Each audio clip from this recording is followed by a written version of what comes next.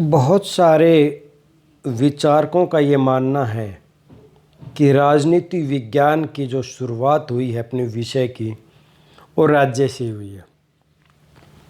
Garner की definition भी आती है कि राजनीति विज्ञान का शुरुआत और अंत राज्य से ही होता है।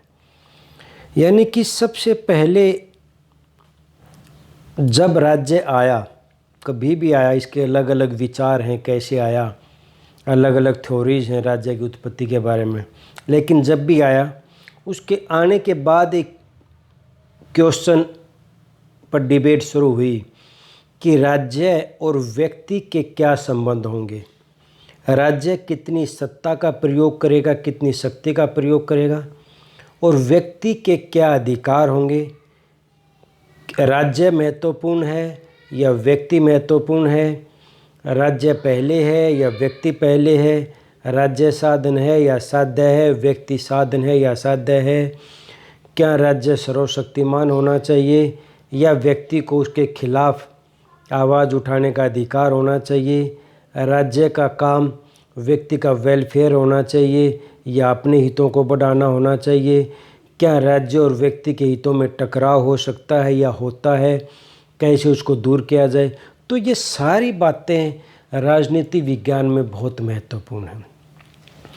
तो जब भी हम देखेंगे, सारे पॉलिटिकल थिंकर्स जो हैं, विचारक हैं, उन्होंने राज्य के बारे में भी कुछ न कुछ कहा है कि राज्य कैसे बना, क्यों बना, क्या काम है, क्या नहीं है, क्या करना चाहिए राज्य को, क्या नहीं करना चाहिए। तो इस मामले में एरिस्टोटल के बारे में, उसने राज्य के बारे में क्या कहा है कि राज्य कैसे बना और कैसे काम करता है, राज्य क्या काम होने चाहिए। तो ये हम इस वीडियो में एरिस्टोटल के बारे में पढ़ेंगे, एरिस्टोटल के राज्य के बारे में क्या विचार, उनको जानेंगे। तो जैसा कि उस टाइम पर प्लेटो एरिस्टोटल के टाइम पर जो माना गया, वही एरिस्टोटल ने कहा कि राज्य जो हो नेचुरल इंस्टीट्यूशन है, यानी कि ये कभी बनाया नहीं गया। एक विवाद राज्य के बारे में ये होता है कि ये अपने आप डेवलप हुआ है या किसी ने बनाया है। मार्क्स जैसे विचारक कहते हैं कि इसको पूंजीपतियों ने अपने हितों की सुरक्षा के लिए बनाया है। समझौतावादी विचारक कहते हैं तो एक समझौता हुआ था जनता के बीच में, जो एक बुरी स्थिति से, जो स्टेट ऑफ नेचर था, उसे बाहर निकलने के लिए, और उन्होंने राज्य की स्थापना की। विकासवादी या विचार कहते हैं कि इसका धीरे धीरे विकास हुआ है। कुछ कहते हैं कि इसकी उत्पत्ति भगवान ने की है, जो दैवी उत्पत्ति का सिद्धांत है। तो प्लेटो, जो एरिस्टोटल कहते हैं नेचुरल इंस्टीट्यूशन, ये नेचुरल ढंग से डेवलप हुआ है। किस तरीके से, जैसे परिवार आया, परिवार से कम्युनिटी बनी, हाउस होल्ड आया, विलेज बना, फिर स्टेट बना। ये अपने आप डेवलप हुआ, नेचुरल इंस्टीट्यूशन है, इसको किसी ने बनाया नहीं है। तो पहली विशेषता स्टेट की कहता है कि ये नेचुरल इंस्टीट्यूशन है। दूसरा कहता है to satisfy the needs and desire of the people. तो यहाँ पर हमें देखते हैं कि एक इंडिविजुअलिस्ट की बात भी आती है, यानी कि व्यक्तिवाद उसके केंद्र में है। एरिस्टोटल के में भी उसने क्या कहा था कि आया क्यों राज्य, क्यों डेवलप हुआ, to satisfy the needs and desire of the people. उसने कहा था कि व्यक्ति अपनी आवश्यकताएं जो हैं, हाउस होल्ड था, उसकी कुछ आवश्यकताएं पूरी कर सकता था, विलेज था, उसकी और ज़्यादा आवश्यकताएं पूरी कर सकता था। लेकिन उसने कहा ये दोनों संस्थाएं जो पहले बन चुकी थी, ये व्यक्ति की सभी आवश्यकताएं, उसकी डिजायर पूरी नहीं कर सकती थी। तो व्यक्ति की सभी आवश्यकताओं को पूरा करने के लिए ही राज्य अस्तित्व में आया है। तो उसने बता दिया कि कैसे आया और क्यों आया, क्या काम था उसके, ये बता दिया। Individual achieve perfection in state. Aristotle ने कहना था कि राज्य में ही व्यक्ति अपना परफेक्शन प्राप्त कर सकता, पूर्णता प्राप्त कर सकता। यदि राज्य नहीं होगा तो वो अपने व्यक्तित्व का विकास नहीं कर सकता, अपनी इच्छाओं को पूरा नहीं कर सकता, अपनी ज़रूरतों को पूरा नहीं कर सकता। तो इसलिए उसने राज्य को बहुत महत्वपूर्ण माना है कि ये सभी राज्य में ही संभव हो पाया है व्यक्ति के लिए। No contradiction between the interest of the individual and the state. वो कहता व्यक्ति के हितों में और राज्य के हितों में कोई टकराव नहीं है, क्योंकि जब हम पहली वाली बात मान लेते हैं, आदर्शवादी बात मान लेते हैं कि राज्य व्यक्ति के भले के लिए काम करता है, उसकी इच्छाओं को पूरा करने के लिए काम करता है, उसके वेलफेयर के लिए काम करता है, तो कोई कॉन्ट्राडिक्शन नहीं हो सकता। हालांकि व्यवहार में अब देखते हैं ऐसा नहीं है, बहुत ज़्यादा कॉन्ट्राडिक्शन दिखाई देता है, क्योंकि बात वही है कि अरस्तु ने या प्लेटो ने राज्य और सरकार में कोई फ़र्क नहीं किया, राज्य सरकार और समाज में कोई फ़र्क नहीं किया, उनके लिए एक ही संस्थाएं थी।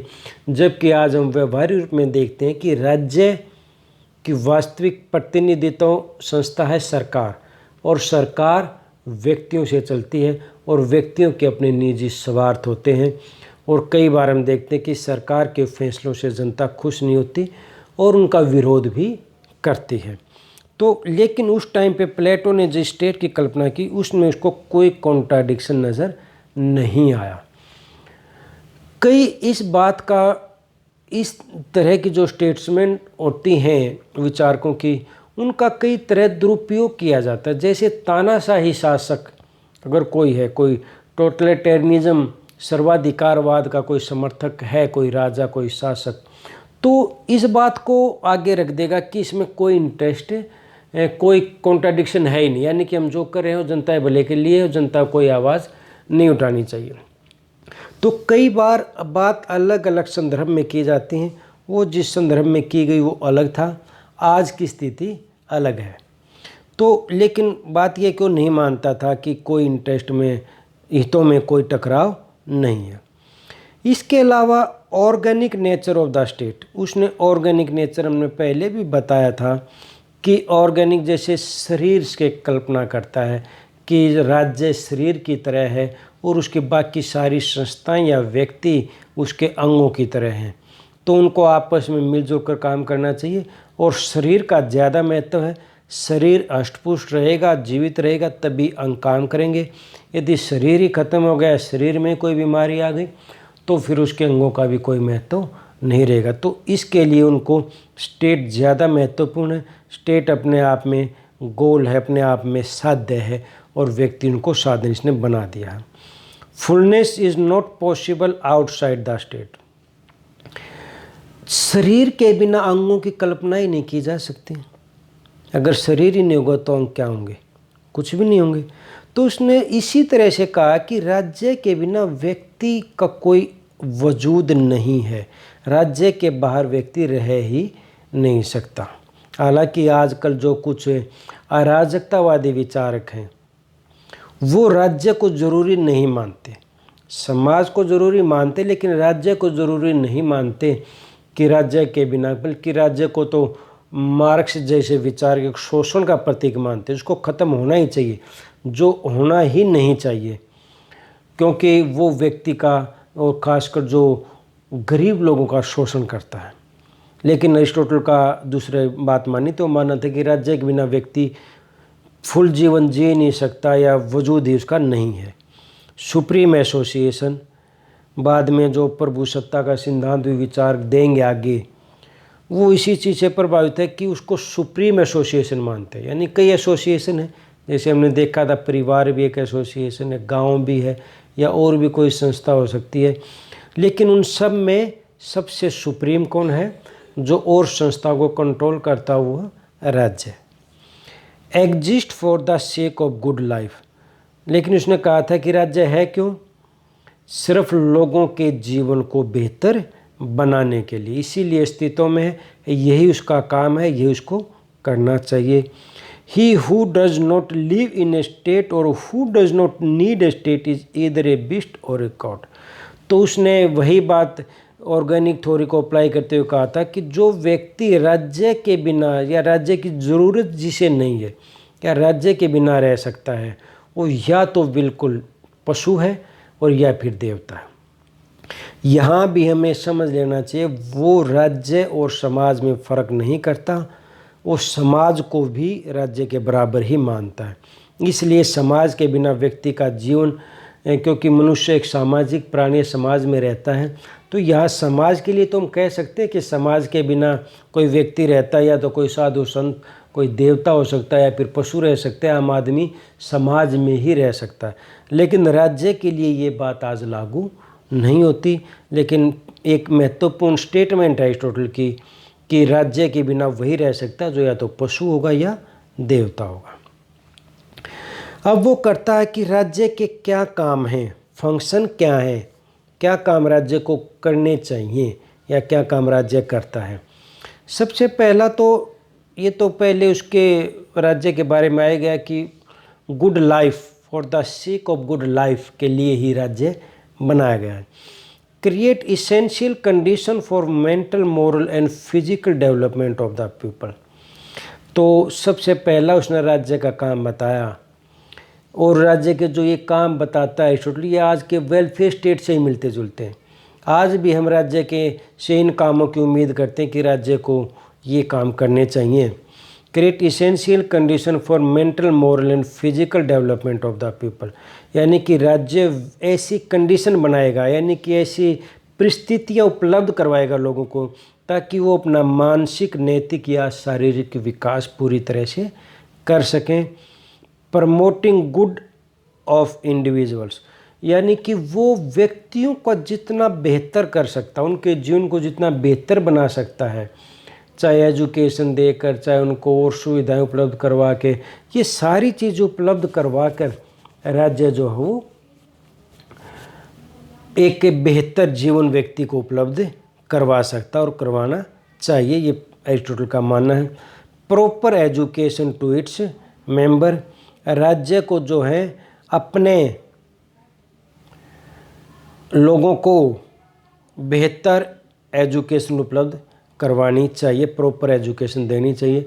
एजुकेशन का महत्व प्लेटो ने भी बहुत ज़्यादा दिया था कि राज्य को शिक्षा जो है उस पर अपना कंट्रोल रखना चाहिए और सभी को बेहतर शिक्षा देनी चाहिए।